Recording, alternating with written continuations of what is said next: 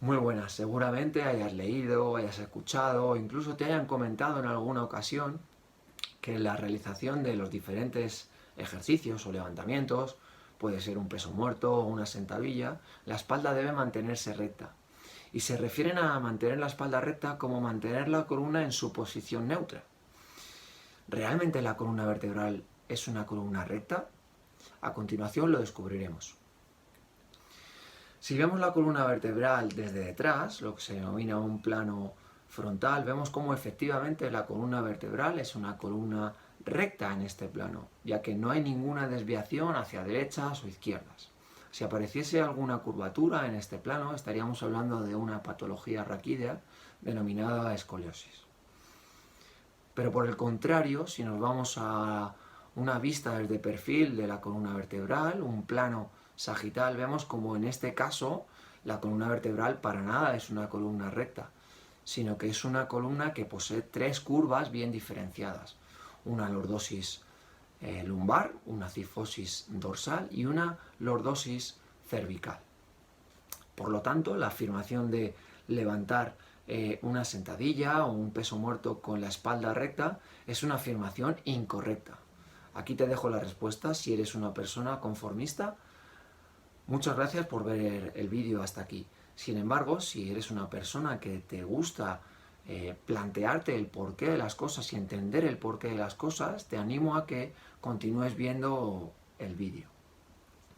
Bueno, ¿y qué es lo que genera estas curvas, esta curvatura de la columna vertebral? Bueno, pues es la propia evolución de la especie humana la que genera estas curvas raquídeas.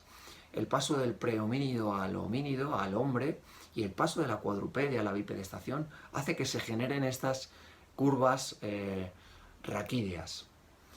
Es curioso cómo, al igual que ocurrió en la evolución de la especie humana, en la evolución del desarrollo del individuo ocurre exactamente lo mismo con el cambio de esta curvatura en la columna vertebral.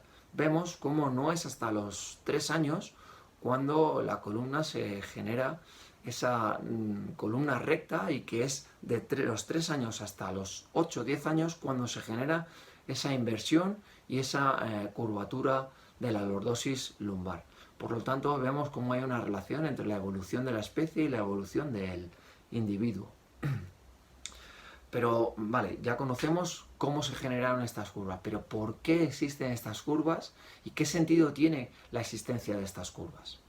Pues bien, la existencia de estas curvas raquídeas lo que generan es un aumento de la resistencia de la columna a las fuerzas de compresión axial, es decir, lo que genera la gravedad. Se ha podido demostrar que la resistencia de una columna con curvas es proporcional al cuadrado del número de curvas más 1. Por lo tanto, si una columna es rectilínea, sin curvas, se considera que su resistencia es la unidad.